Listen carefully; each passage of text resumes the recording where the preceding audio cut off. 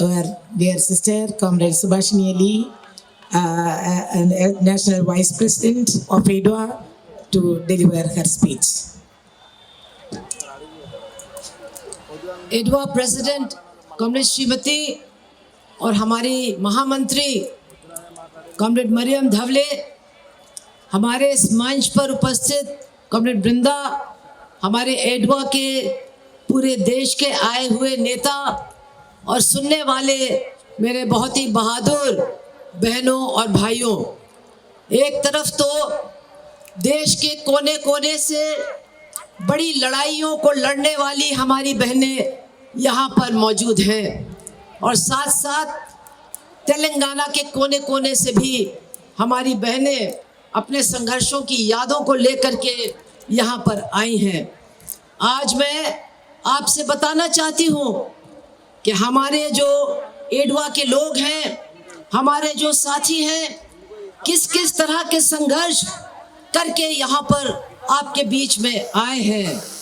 अभी आप सुन रहे होंगे, अगर पहाड़ में हम देखें तो पहाड़ में उत्तराखंड है, एक छोटा सा राज्य है, लेकिन आज वो पूरा राज्य महिलाओं के पीछे खड़ा है, क्योंकि एक महिला के साथ वहाँ के बीजेपी के नेताओं ने बलात्कार किया, उसकी जान ले ली, उसको मार डाला और आज पूरा उत्तराखंड महिलाओं के साथ खड़ा है कि हम न्याय लेके रहेंगे, वरना हम सरकार को चलने नहीं देंगे। आज हम देख रहे हैं कि हमारी महाराष्ट्र की बहनें भी यहाँ पर आई हैं। अभी उन्होंने किसानों के साथ एक बहुत बड़ा लॉन्ग मार्च निकाला, पैदल मार्च निकाला, वहां के प्रशासन को घेर लिया और 2 दिन तक प्रशासन को घेर के रखा, नारा लगाया और प्रशासन को, जो बीजेपी का प्रशासन है, उनको उनके सामने झुकना पड़ा और सबकी मांग, महिलाओं की मांग और किसानों की मांगों को मानना पड़ा। आज हमारे बीच में हमारी बहुत बहादुर बंगाल की बहनें हैं, जो पिछले 15 सालों से एक फांसीवादी हमले का मुकाबला कर रही हैं, हर तरह की गुंडागर्दी का सामना कर रही हैं। हमारी तमाम महिलाओं के साथ बलात्कार हुआ है, उनकी हत्या हुई है। अभी आपको मालूम है, हाल में ही एक मेडिकल कॉलेज की जो डॉक्टर थी, उसके साथ बलात्कार हुआ, उसकी हत्या हुई। लेकिन हमारी बंगाल की जो एडवा की बहनें हैं, वो उस लड़ाई में आगे हैं और न्याय को लेकर के रहेंगी। इसी तरह से हमारी त्रिपुरा की बहनें, आप जानते हैं बहुत छोटा सा राज्य है, वहाँ आदिवासी जनता है, जंगलों में रहने वाले लोग हैं, गरीब लोग हैं। आज बीजेपी के खिलाफ, बीजेपी की गुंडागर्दी के खिलाफ, बीजेपी के सांप्रदायिक हमले के खिलाफ, बीजेपी की मनोवादी नीतियों के खिलाफ हमारी एडवा की बहनें त्रिपुरा में सबसे आगे संघर्ष में खड़ी हैं और सरकार का सामना कर रही हैं। इस तरह से आप देखिए, पूरे देश में हमारी जो यहाँ पर महिला आई हैं अलग अलग राज्यों से, वो संघर्षों की कहानी लेकर के आई हैं। अभी कॉमरेड वृंदा ने, कॉमरेड श्रीमती ने आपको बताया कि केरला में एक नया रास्ता जनता को दिखाया जा रहा है, महिलाओं को दिखाया जा रहा है कि एक ऐसी सरकार भी हमारे देश में हो सकती है जो गरीबों के लिए काम करती है, महिलाओं के लिए काम करती है, सांप्रदायिक हिंसा को होने नहीं देती है, गुंडों को जेल में भेजती है, बलात्कार का सामना करती है और गरीबी दूर करने का जो सबसे बड़ा काम है हमारे देश में, उसको करती है, उसमें आगे बढ़ती है। उस सरकार की नीतियों को लागू करने में भी, उनको बनाने में भी हमारी महिलाओं का बहुत बड़ा योगदान है, बहुत बड़ा संघर्ष है। इसलिए सबका नाम मैं यहाँ ले नहीं सकती हूँ, सब राज्यों का मैं ये बता नहीं सकती हूँ, लेकिन मैं चाहूंगी कि पूरे देश के लोग आज देखें कि हर संघर्ष के आगे, हर संघर्ष के सामने एडवा का झंडा है, एडवा की हमारी महिलाएं हैं, एडवा की हमारी बहनें हैं और इस संघर्ष को इस सम्मेलन के बाद हम और भी आगे लेकर के जाएंगे। मैं तो उत्तर प्रदेश से आती हूँ, मैं तो उत्तर प्रदेश में रहती हूँ। आज हमारे भाजपा के नेता कहते हैं कि नेता हो तो योगी जैसा हो। अभी हमारे प्रधानमंत्री केरला में गए थे, उन्होंने कहा मैं तो उत्तर प्रदेश जैसा केरला बनाऊंगा, मैं केरला को उत्तर प्रदेश जैसा बनाऊंगा। कैसा बनाएंगे? केरला में गरीब के लिए हॉस्पिटल है, हॉस्पिटल में फीस भी नहीं लगती है। मेरी ननिहाल है, छोटा सा गांव है, उस छोटे से गांव में भी पंचायत का अस्पताल है, पंचायत के पास डॉक्टर है, पंचायत के पास गरीब लोगों को पूरी तरह से सेवा देने के लिए उसका पूरा इंतजाम है। और यूपी के अंदर, उत्तर प्रदेश के अंदर, अरे वहां के हॉस्पिटल का दीवार टूट रहा है, वहां एम्बुलेंस पंचर है, वहां महिला हेल्थ सेंटर के फाटक के बाहर सड़क के ऊपर बच्चा को पैदा करती है, अपनी भी जान देती है और बच्चे की भी जान देती है। और ये बेशरम भाजपा के लोग कहते हैं हम केरला को उत्तर प्रदेश बनाएंगे। इसका मतलब आप समझिए कि ये अगर आगे बढ़े, इनको हमने मौका दिया तो ये बात बिल्कुल सच है, ये पूरा देश उत्तर प्रदेश जैसा ही बना देंगे। वहां स्कूल सब बंद हो जाएंगे, वहां हेल्थ सेंटर में गाय को बांधा जाएगा, वहां सबसे ज्यादा बलात्कार होगा, सबसे ज्यादा हिंसा होगा, सबसे ज्यादा दलितों का अत्याचार होगा। ये है भाजपा का राज, ये है भाजपा के राज की तस्वीर जिनको हमको आपको समझना है। बहनों, आज हम लोग यहाँ पर इकट्ठा हुए हैं अपने देश के बारे में सोचने के लिए, अपने बारे में सोचने के लिए, लेकिन साथ साथ हमको ये भी देखना है कि दुनिया में दूसरी जगहों पे हमारी बहनों के साथ क्या हो रहा है। आज हमको देखना है कि पैलेस्टाइन के अंदर हमारी माता बहनों के साथ क्या हो रहा है, हमारे बच्चों के साथ क्या हो रहा है। वहां पर उनका नरसंहार हो रहा है, जितने लोग मारे गए, 1 लाख से ज्यादा लोग मारे गए, उसमें से आधे से ज्यादा बच्चियां हैं, बच्चे हैं, हमारी माताएं हैं।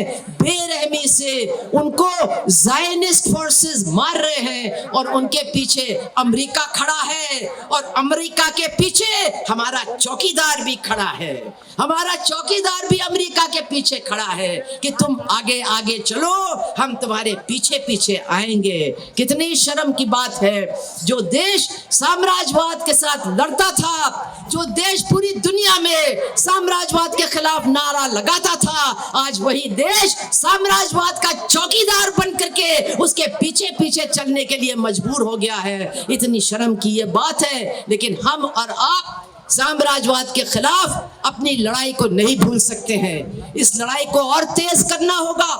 आज ये ट्रंप, ये साम्राज्यवादी देश, ये पूरी दुनिया की जनता को धमकी दे रही है, पूरी दुनिया की जनता को कह रही है हम राजा हैं, हम सम्राट हैं, हम सबके ऊपर राज करेंगे। आज हमको वेनेजुएला से झगड़ा है तो वेनेजुएला का राष्ट्रपति उठा करके, उसकी पत्नी को उठा करके हमने अपने यहाँ जेल में बंद कर दिया है।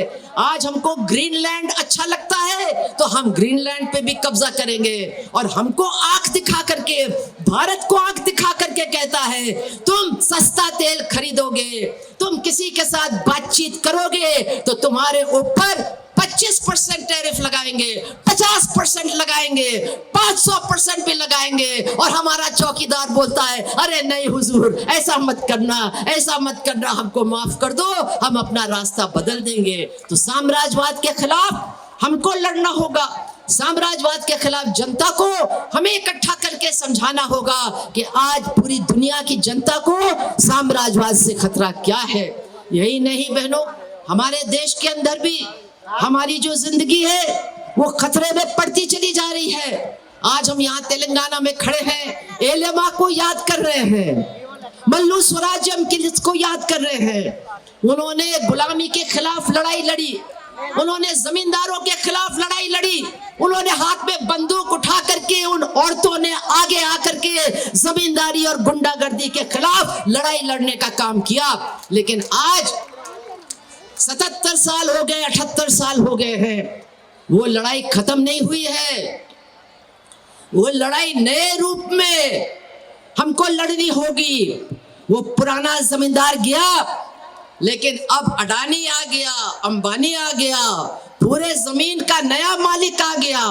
अरे वो जो रामचंद्र रेड्डी था वो तो 40 गांव का मालिक था, अब तो अडानी और अंबानी ये पूरे देश के मालिक बन गए हैं। और हमारा प्रधानमंत्री कह रहा है और क्या दे तुमको, अरे आसमान दे दिया तुमको, हवाई जहाज दे दिया, हवाई अड्डा दे दिया, तुमको समंदर भी दे दिया, तुमको बंदरगाह भी दे दिया, तुमको रेल भी दे दिया, तुमको तुमको जमीन भी दे दी, जमीन के नीचे जो कुछ है वो भी तुमको दे दिया, अब बताओ तुमको और क्या देना है। ये हमारी सरकार की हालत है। तो एलेमा की लड़ाई, मल्लू स्वराज्यम की लड़ाई खत्म नहीं हुई है, वो नए रूप में और भी ज्यादा खतरनाक रूप में हमारे सामने है, उसको हमें लड़ना होगा।